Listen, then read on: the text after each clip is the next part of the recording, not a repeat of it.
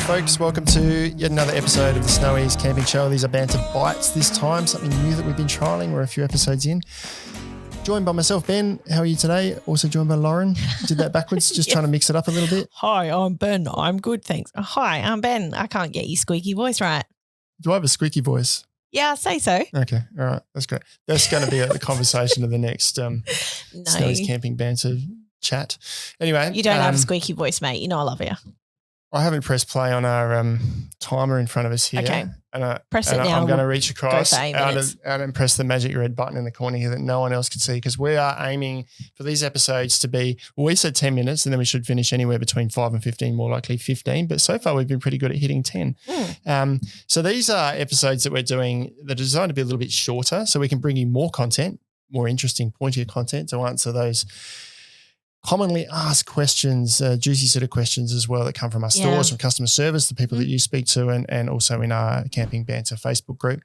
Before we go any further though, please subscribe via YouTube, your favourite podcast app, and join in on the conversation on the Snowies Camping Banter Facebook group, which is where we're getting all these topics from. So we've got a little pot Before of we do, just really quickly, are you going to do Movember and shave off your beard except don't start that because now the pressure's going to be on. No, I'm not. I haven't shaved this for a long time. Haven't you? No. You could literally shave your chin and your cheeks and just get a nice big Merv Hughes. I just try and look younger again or something. I don't know. I'll end up with it. Should I get a mullet as well? I'm trying to imagine it. This is the exact type of waffle that we're trying to avoid on these episodes, and we cannot avoid it altogether. God forbid the day that we actually just jump into a topic, say, hi, we're here, here's a topic. We're going to have a poll this week on social media about whether or not Ben should go for Merv Hughes moustache for Movember. Because if everybody got to vote for me buying orange Crocs, they can vote for you having a Merv Hughes for Movember. You can take your orange Crocs off. I've got to be seen in public, and probably on this. We're not going to record an episode for the entirety of November, so that there's no physical record of me having that. No, that's the point. Anyway, I'm going to try and just pretend that didn't happen. Anyway, we're a minute 45 in, and we've talked about November. Anyway. Moving on, we've got our magical bucket of questions in front of us here in the most versatile stubby cooler known to man. I'm going to let you pick the question out. Oh, of course, it's my turn. It's your turn. I'm throwing to you. We did talk about that. We don't do that much research for an episode, but we did work out that one of us will do the intro. The other one will pull the question out. We did get that far. All right. Is this awning really freestanding? That's a good question. It's a great question. Commonly asked question. This refers predominantly to the 180 and 270 awnings, whereby they have brackets attached to the vehicle, usually 2, and they swing out from each bracket and they can hang off the side of the vehicle without upright poles or guy ropes.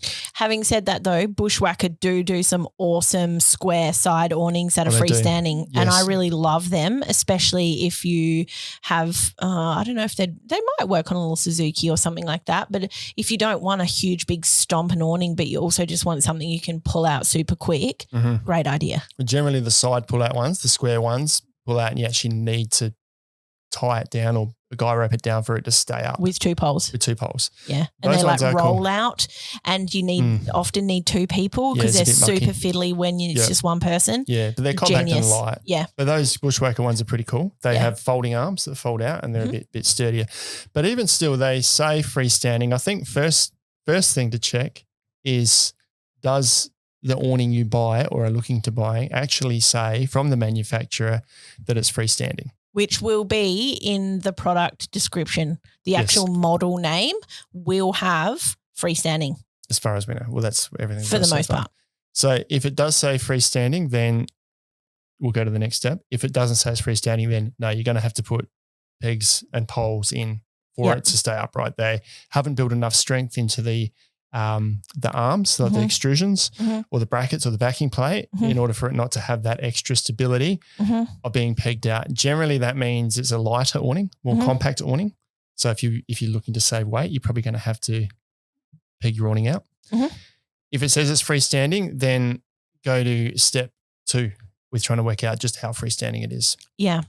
And look at the small print, because some awnings will say, like I think 23 zeros, for example, what they say it is freestanding that they recommend. In fact, I think all of them say they recommend. They pretty much all, and I think like just to be fully transparent here, it is just to cover themselves, because I think all of the awnings we sell, they come from boss companies, right? They come from excellent companies that make excellent products. They have excellent reputation. They have great after sales customer service. No issues there.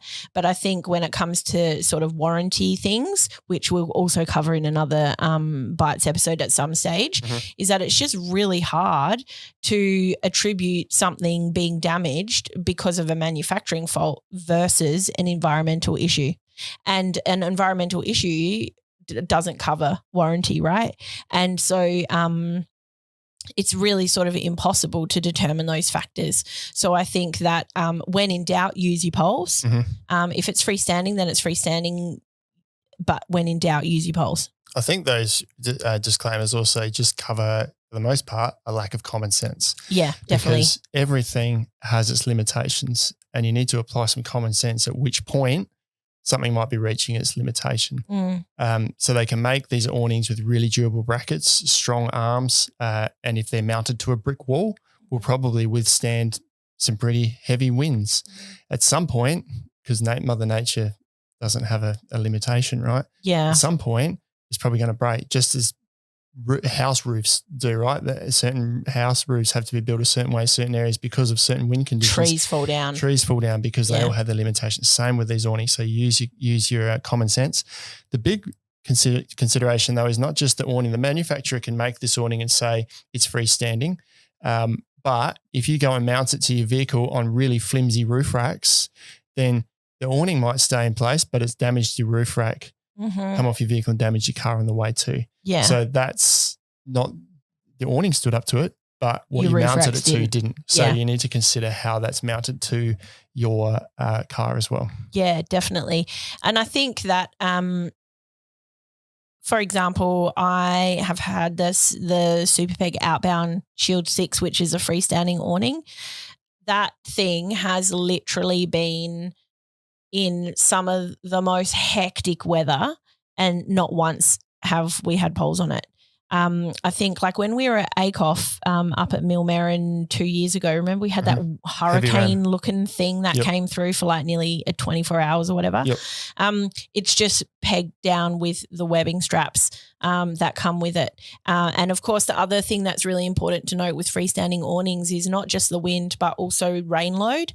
So if you are somewhere where you're going to get heavy rain, or even snow if you're in Vic High Country as well, it's worth pegging out those little gutter points that are between the extrusions. So any rain that hits it or snow is going to shed as easily as it can, which means there's not going to be as much heavy load on the awning as well. That's another thing to consider. If you're leaving it unattended, don't just leave peg it it unattended. out as well. Because if you're there watching what's happening and the weather's changing, you've got an opportunity to, at the very least, just stand there and hold one of the arms for extra support while a wind gust or something goes through.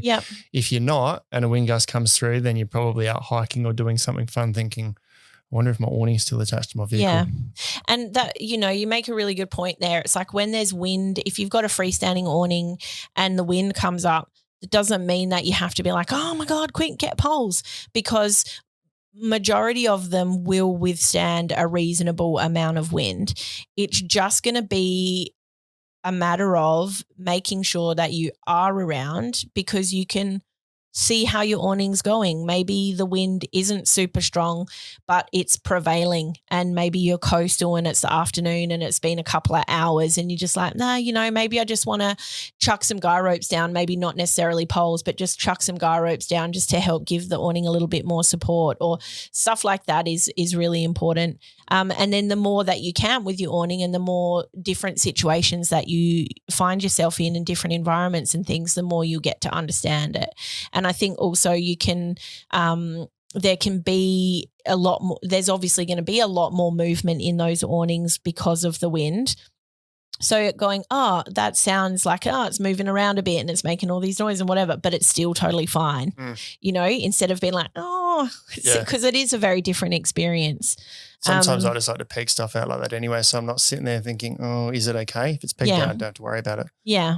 But I think it's really cool. Having a freestanding awning is a really cool option because it just makes setting up so quick and easy, and it gives you so much amazing shade with like the click of a finger and, one person set up.